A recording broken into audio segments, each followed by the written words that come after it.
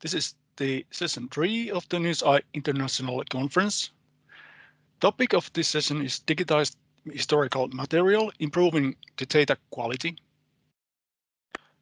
I'm Juha Rautiainen from National Library of Finland, and I will moderate this session.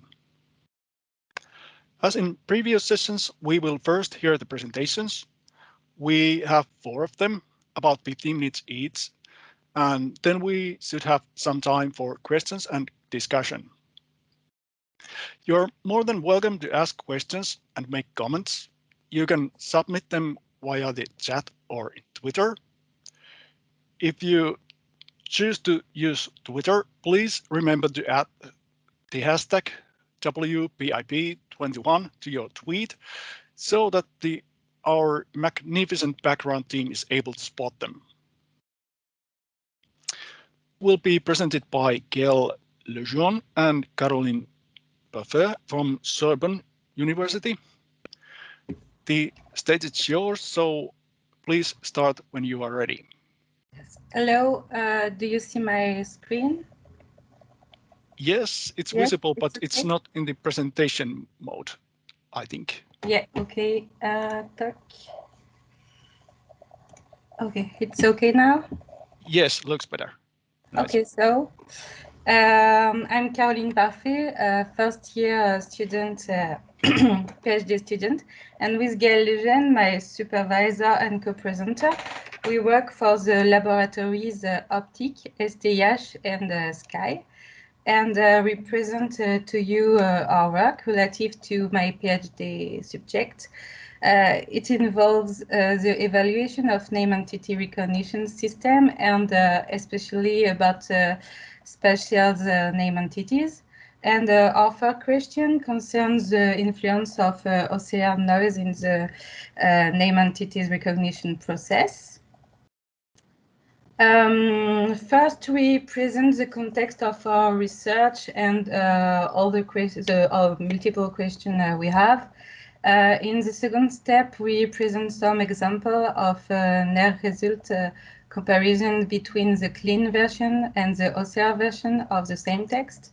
In the third step, we show you some graphs to represent the distance and similarity we find when we compare the NER output and the OCR output. And finally, we propose some perspective. To treat our subject, we explore the 3 dimensions of it, the data, the task and users, and the method. And we suggest some global questions, for example, about the type of the text. Yes, studying a novel is not the same as studying a newspaper, for example. And we observe there is many variability that we need to take into consideration. Some are human, some are systems, such as the OCR process. And to start and to overcome the variability issues, we wonder if the quality of the OCR data really has an influence on the NER process results, because our input for name entities recognition is the output of the OCR process. About the user and the user who do the task, we ask ourselves what are the real needs of the users and what does the user do with the tool we deliver and how does he really use it. And concerning the method, to test the adaptability of the current NER system, we test it under non-idealistic conditions. Our big question involves the mean to overcome the limitation of NER quality and how the current NER tools are convenient or not for the users. To deepen our research, we propose to adopt the user-centered design approach inspired by Peter Morville. And we try to work in realistic conditions. That's why we don't use ground truth, and we work in an unsupervised way. To start, we test our method with a short text named Je suis un aventurier de Jacques Dutronc, and with a bigger names Les trappeurs de l'Arkansas de Gustave Aimard. On this slide, you can see an image extract from a Gallica website, and on the other side, you can see the text after the OCR processing. For conduct our experience, we use as reference the official text or a text extract from LTEC, European Literary Text Collection, and for hypotheses of comparison, the OCR output with a really minimal correction. We want to observe the causality between noise in input and output to constate if the NER process are impacted by the OCR mistake.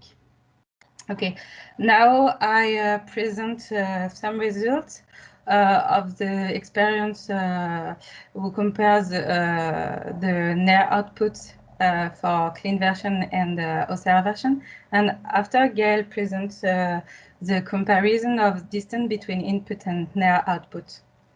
Okay, in this first example, you can see that the NER system, Spacey model in French, recognize Canberra in the OCR version, even if Canberra is right with an M and not an N, like the official version of the word.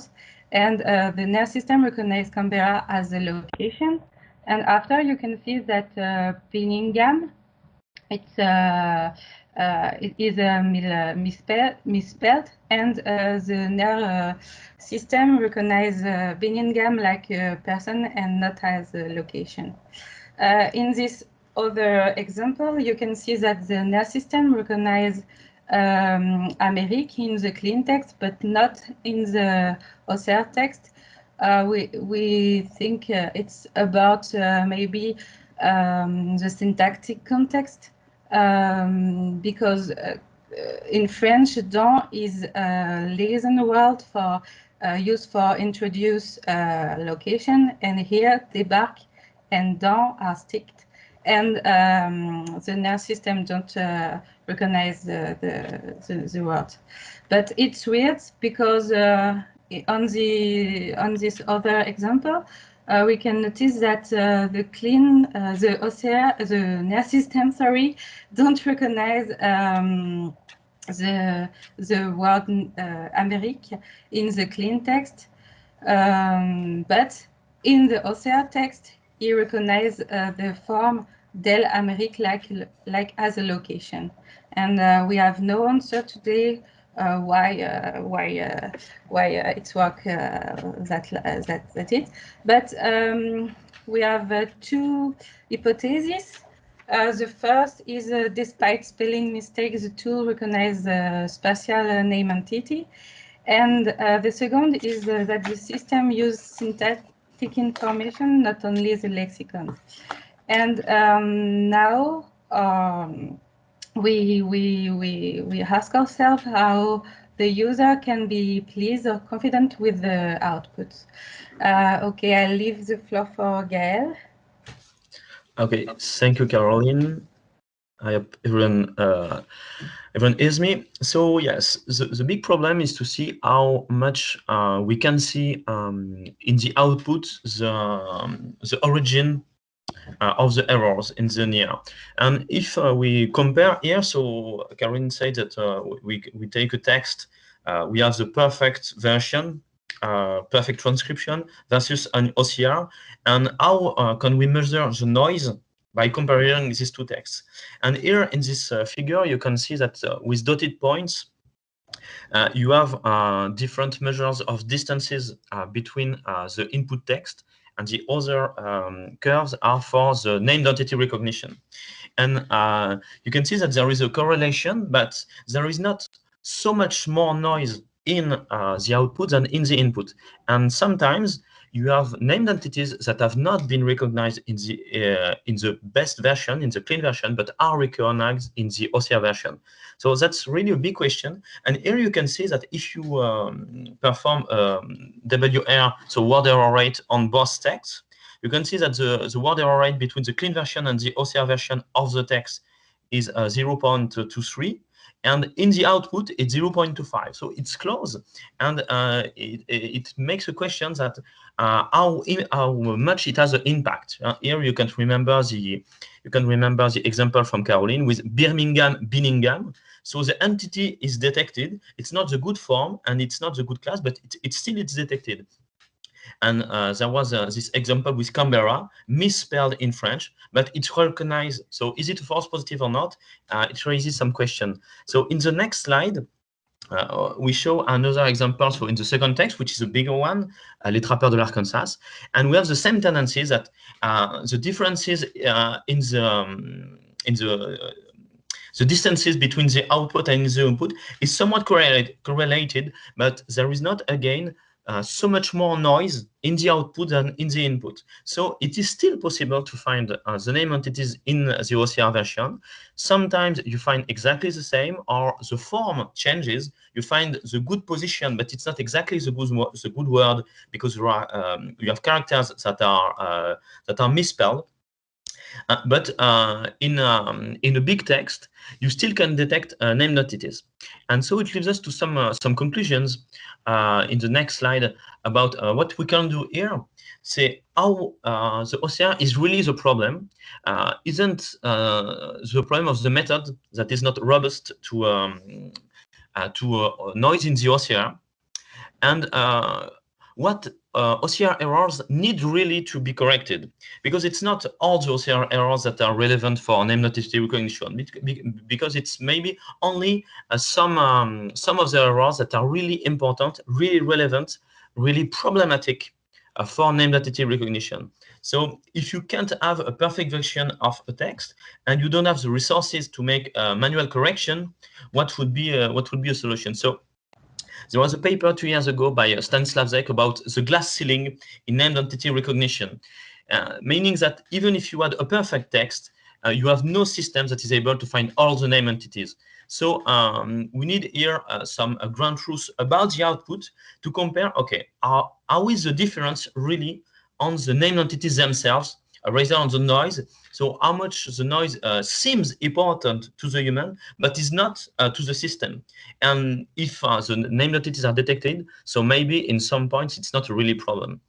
And so we are thinking, because it's a preliminary work from Caroline, we are thinking about some solutions. So the first one may be to train models on noisy data. So you don't annotate a perfect data, but you annotate a noisy data, and see what happens if the data is already noisy, and so that the system can learn patterns at a bigger perspective, like syntactic patterns, rather than lexical patterns, so that it will be more robust to a noise locally. And another thing would be to post-process the output rather than the input, meaning that one position would be to correct the input, but we all know that it's very costly. But maybe some interesting solution would be to correct the output in order to see, okay, the system has been able to detect name entities. We can guess that some of them are misspelled, some of them are miscategorized, but maybe an interesting thing would be to post-process so that the user would be happy with the result. Because if we always say to the users that, okay, you can't detect named entities because your data is too noisy, it's really difficult. So maybe you just need to correct the output, or as that has been presented before, just to have some information about, okay, how noisy the output is supposed to be, how confident you can be about this, what you have missed. Because what we observed is that you miss rare named entities. So let's say named entities that you encounter 1 or 2 times in a text. Okay, you are likely to miss them, because if there is noise on the only occurrence of a name, maybe you will have missed them. But for very frequent entities, you will have them at some point. So let's say that you have a frequent entity that is present 50 times. Maybe in the OCR version, you will detect it only 48 times. So maybe it doesn't matter. But this depends on the user. and I will finish the presentation with this. Thank you very much. Thank you.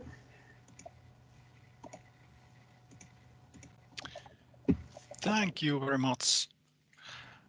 The name entity recognition has certainly been one of the areas that we have studied in NewsEye project as well. So it was very interesting to hear about your work, and we will maybe talk a little bit more at the discussion session. So next we will have a Belgian case study about multilingual capabilities of PERO-OCR. And if the next speakers can join us, we should have Julie Birkholz, Sally Chambers, Michael Hradis, and Pavel Smrz. I'm not sure who will start, but maybe you can just start and introduce yourself as you go on. So if you are ready, please. Great, thanks very much, Juha. Good afternoon, everybody. So yes, today is a joint presentation. I'm Sally Chambers from the Ghent Centre for Digital Humanities and KBR Royal Library of Belgium. And I'm here together with Julie Birkholz, also from the same institution. Michal and Pavel is also here, but Michal will present on behalf of the Brno Institute of Technology. So today we're talking a little bit about evaluating the multilingual capabilities of PERO-OCR, which is a software technology that Michal will introduce you to in a second, regarding the digitized historical newspapers from the KBR Royal Library of Belgium. This work is being done in the context of the OCAM project, OCR classification and machine translation, which is a European project paid for by the Connecting Europe facility. This project is looking at machine translation in particular, but connected to OCR. So there are two use cases. There is a contemporary use case on business registers, but the Ghent Centre for Digital Humanities involvement in this project is really looking at the digital humanities use case. So therefore, digitized historical texts. And to start with that, what we are looking at for the digital humanities use case is, maybe on the next slide, is the research question. Can historical textual sources in multiple languages, as many of you know, Belgium is inherently multilingual by nature, can they be efficiently OCR'd using a machine learning based model? To focus on that, we've got Belgica Press, the KBR's digitized historical newspaper collection, and we're working in the context of another project called Data.kbr, where we have three digital humanities research scenarios. One, led by the Ghent Centre for Digital Humanities, looking at collective action in Belgium, for example, strikes and demonstrations as reported in the news. The Feuilleton in Belgium, led by the Antwerp Centre for Digital Humanities, looking at literary supplements and the publication of literature in Belgian newspapers.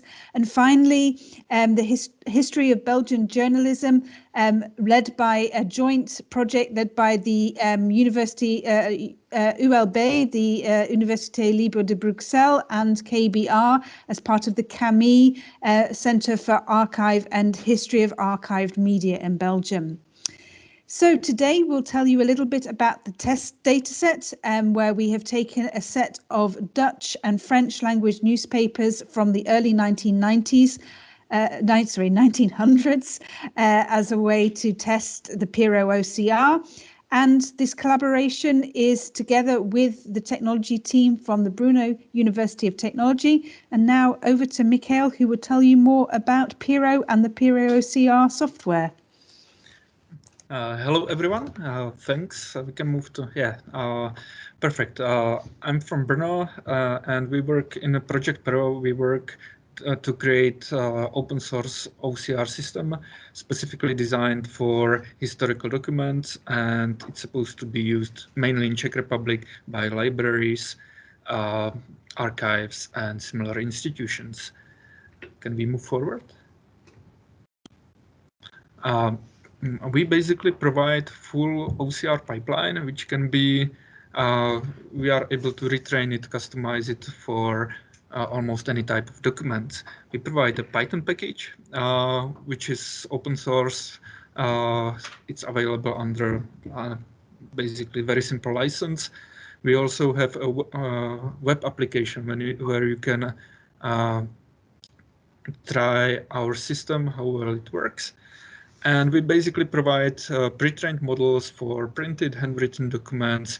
We provide output in Page XML, Alto XML, and similar.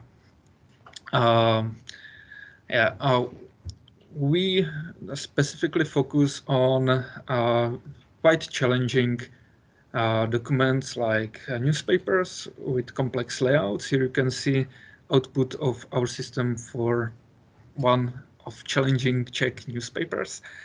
You'll see different results later. Can we move forward?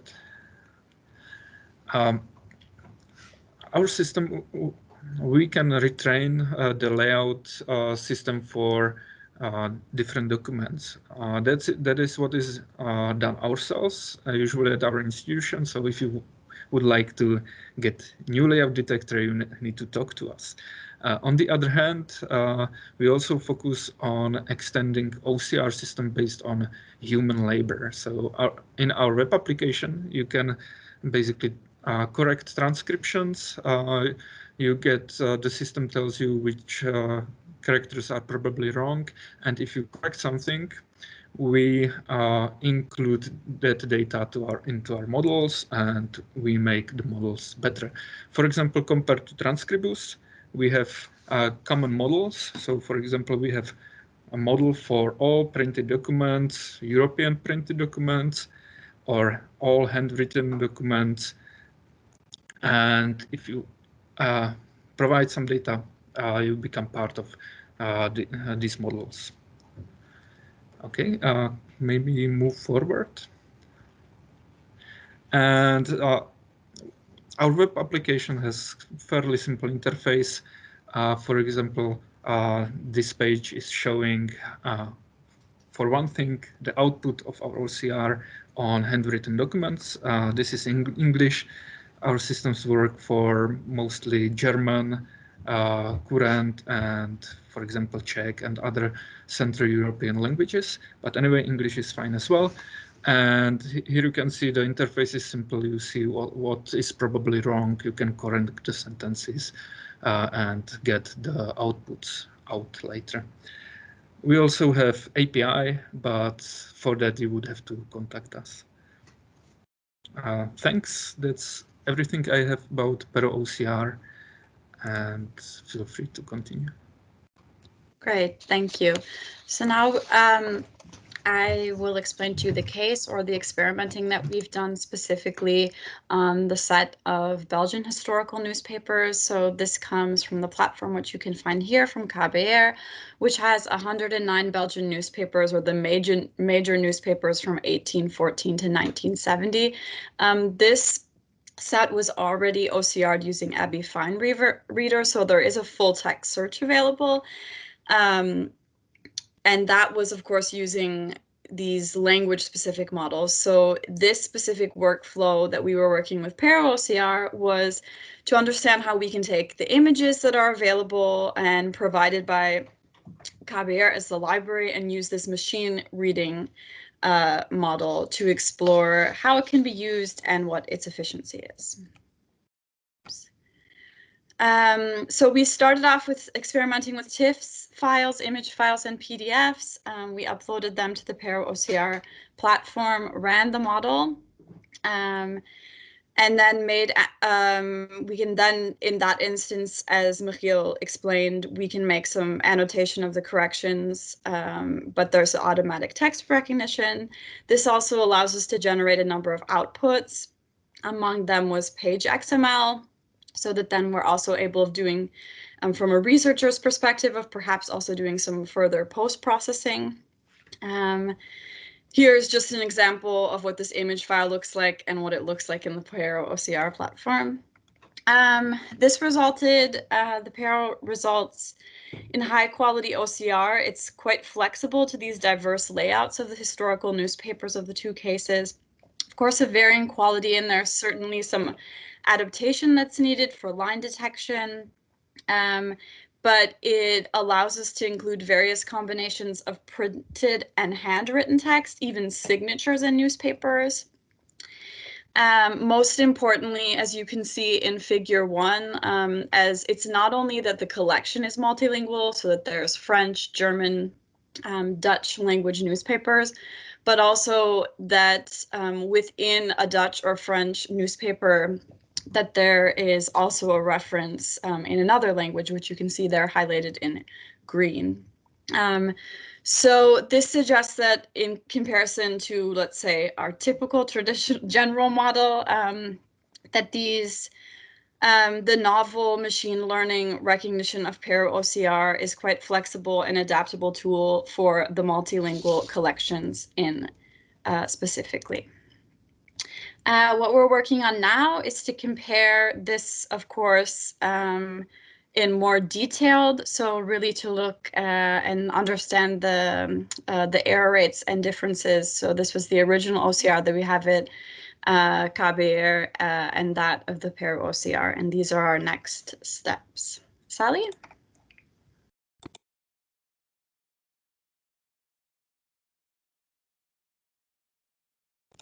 Your mic, Sally. Thank you very much, camera and mic at the same time. So one of the things within this project is we're also working in the Claria Open Humanities Service Infrastructure project. So that's the combination of Daria and Clarin in Flanders. So the plug-in ability of PERO into a number of workflows that we are using. It is an open source software, and it's possible to run it on your own machine and test it with whatever data you want. So we'll be plugging that into both the OCAM workflow, but also the Claria workflow that we're working on. So far, PERO works with multiple languages. We've just demonstrated the Belgian example. But as Michal has said, it has already been tested with a range of languages, including Czech and Arabic. And it's been interesting to see, there's been a lot of Chinese during this project, during the conference. So it could be interesting to see how it works with Chinese as well.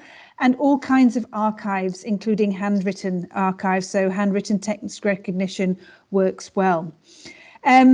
PERO team are very keen to collaborate. Any collaboration from research papers, project proposals, and even startup opportunities. Sorry, the slides have just disappeared from my screen. Sorry, I can't see where that is. Sorry, the whole thing has just disappeared. So I'm afraid I can't see the slides, but anyway, and as we discussed during the discussion yesterday, through the OCAM project and through the work that we've done together with the colleagues in Brno, we really see the potential of really collaborating together. There's so much fragmented work going on in terms of recognition, document analysis, OCR, document layout of historical newspapers. So if we could say that it would be great to have more collaboration on this at a European level. So on behalf of all of the team, thanks very much for listening. Great. Thank you. This looked like a very interesting work. And I think Sally shared a link in the chat where you can find more information about the PERO-OCR. And just as a reminder, feel free to ask questions from all our presenters in the chat. And moving on, last we will hear about example of analysis of textual document in Oriental and under-resourced languages. May I ask Chahan, Vidal-Gorène to join us? Bon, we just have to wait. There is a login bar.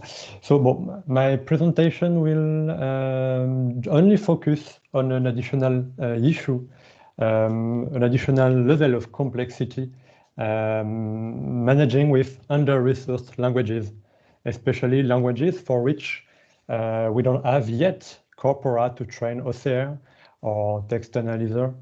Or maybe we have data set, but it is very old data set, something like no corpus output or input, or languages for which we don't have even massive digitization plan.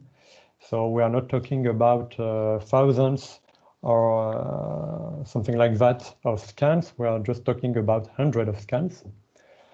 And it is especially the case of Oriental languages as Armenian, Classical Armenian, Eastern Armenian, Western Armenian, all the variations of Armenian, but also Georgian, Arabic, Maghrebi, and so on, this kind of language.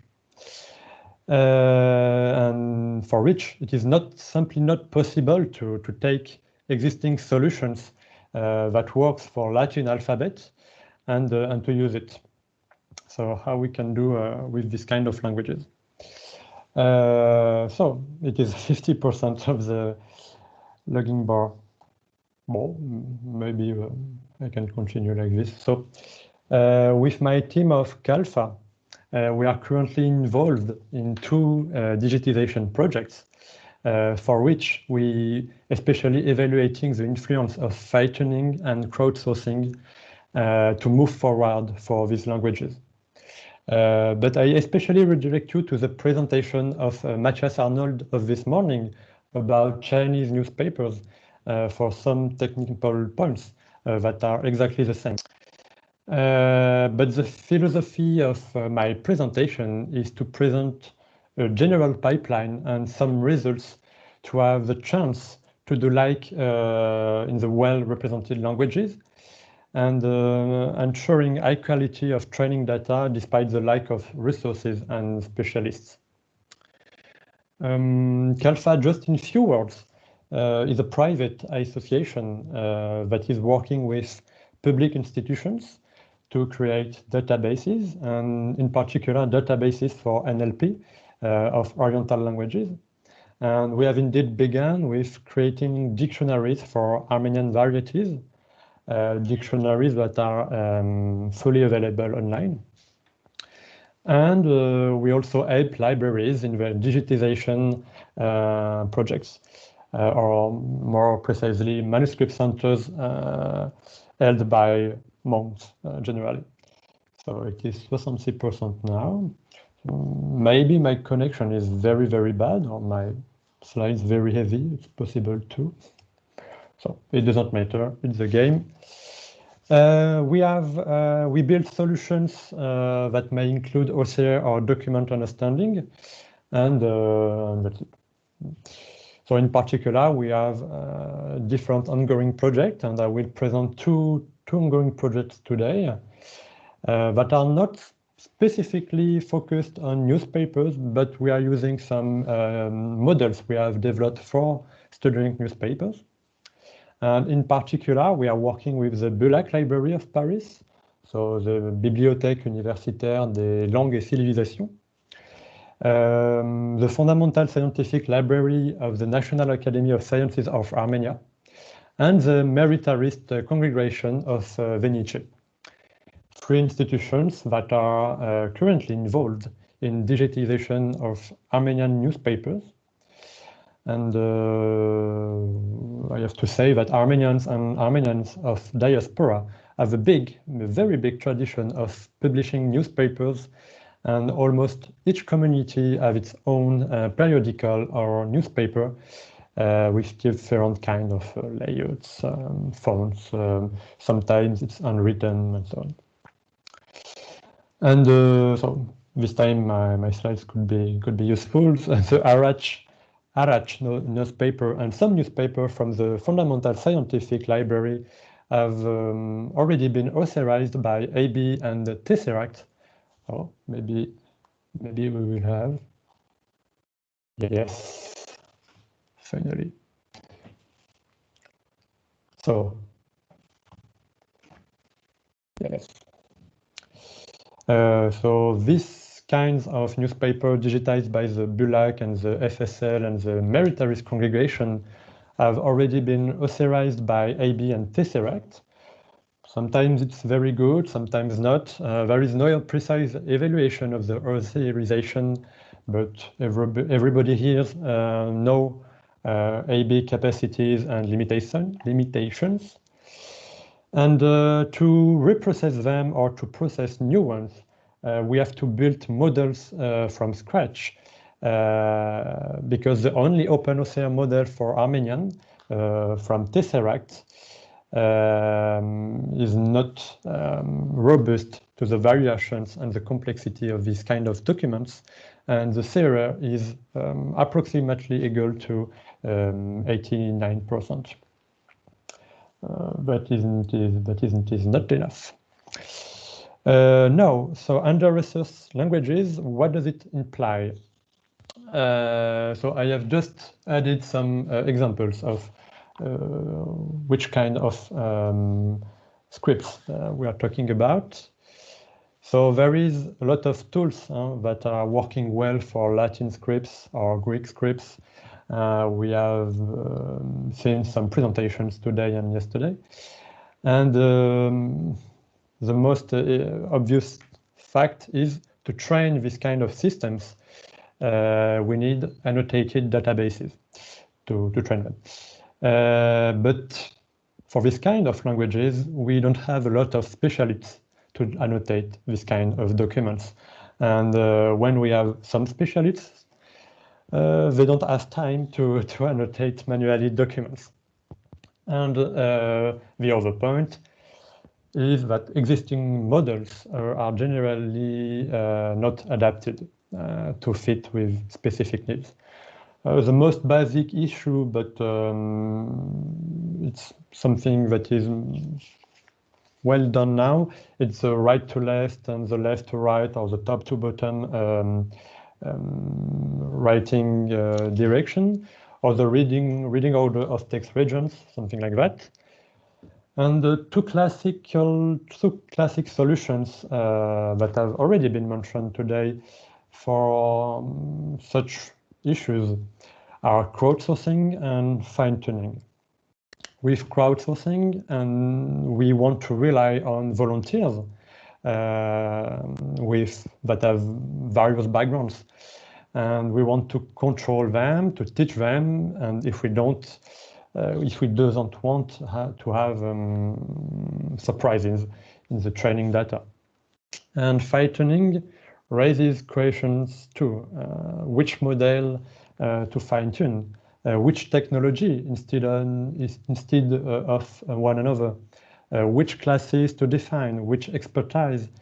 It is obviously not sufficient to click on a button to have an adapted model that fits with your needs. So these questions are essentials to be able to have data with enough quality to train properly a model. So there is different platforms that can combine collaborations, fine-tuning, and so on. So we have decided some years ago to create our own platform, Calfa Vision.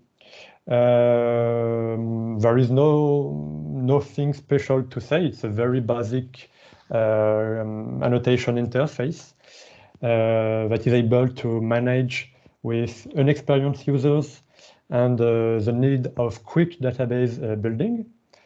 So it's a very classic interface. It is modular, and that allows the creation of collaborative project, includes fine-tunable models. It's open, online, it's free, classic. The platform, as you can see, has already been developed for manuscripts, but it can be used in other kind of projects, and it is what we do, of course. It includes generic models of layout analysis and baseline predictions, if we consider that we are in a project of baselines. Because the platform is modular, you can define which kind of project you want to process. So it's a semantic annotation with the default models are built with very few classes. And the specificity is models are automatically fine-tuned. Okay, so there is some different outputs of the platform, something very classic too. You can export as the Alto XML, Page XML, JSON. You can define your own JSON. There is some mask. You have also the possibility to export data with the old, in an old way. That means a pair of lines, image and text, something like that. So the models have been trained with 5,000 various images. We have which we have that we have manually annotated, and this images covers different alphabets and layouts and quality and language, and we have some curving lines and so on. And this is the pipeline. So how we can move forward quickly with such languages, according to our point of view, is to take opportunity of the fine-tuned models and the automatic fine-tuning process. So, for instance, you have an image online, and you have an annotation, and you proofread the annotation with your collaborators. The proofread annotations are evaluated by different kinds of models we have defined and that are running on the platform. The platform we choose the better one, and if needed, after certain batch that is defined by you, fine-tuned models will be trained, and something like that. You can process and again, and this process is done again and again until having a sufficient database and satisfying database. So we have evaluated the baseline predictor, especially on very classic dataset. So of course, it is not possible to have a very polyvalent and robust to any kind of documents, but it works well, quite well. And it doesn't matter if it is not very accurate, because as you can see here, so if I take an example of a newspaper, so the default model of region prediction is very bad by default for this kind of layout. But after 20 corrections, the fine-tuned models is accurate enough. Not really accurate to identify different kind of regions, but the one we were focusing for this project, it was sufficient for us. That means we were just interested by the text and not by advertisement, specific titles, and so on. So I don't. You see my mouse or no? I don't think so. Maybe yes. I don't think so. You don't think so? Unfortunately, no. Yeah, it doesn't matter. But in the right of the image, approximately in the middle, you will see that there is two columns that are identified in one text region. So there is a mistake here. So okay. So actually, we are involved in two projects. About the first one is about a catalog of manuscripts of the congregation of the Militaries of Venice. It's a lot of oath. For this one, we are using a model we have trained on newspapers. So the same model we have fine-tuned here on the right, we have applied on the catalog, that is much more easier than a newspaper, of course, to do some semantic classification on the pages. And when the regions are identified, after that, we do some OCR content-based segmentation in order to identify some specific text regions in a text region to automatically fill a database. So this is what I have said. And the content-based segmentation rely on the previous work we have done to create lexical databases for Armenian, for which we have trained our OCR to identify scripts, some variations in the fonts, italic, Roman, and so on, in order to automatically, in majority, fill the database. And the other project is about manuscripts from the Bulak library in Arabic Maghrebi, in Maghrebi Arabic, for which it's a very small data set. It's absolutely not newspapers, but for this one too, we are using a model trained on newspaper, and after a batch of 75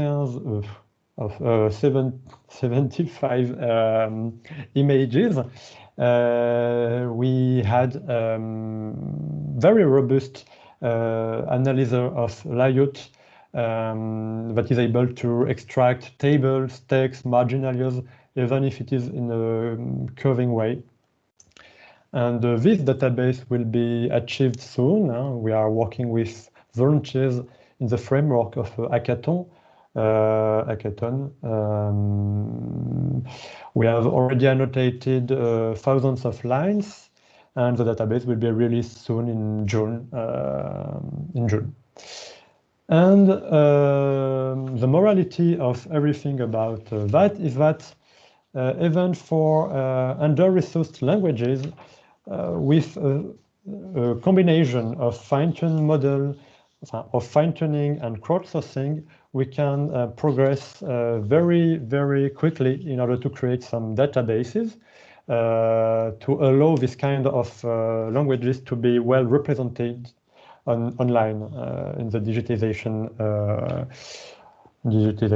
workflow and plans and projects. So thank you for your attention. Thank you for bringing these very important views to our discussion. This was a very nice presentation despite of the technical difficulties. And thank you all for your exciting presentations. And now it's time for discussion and questions. So if I may ask all the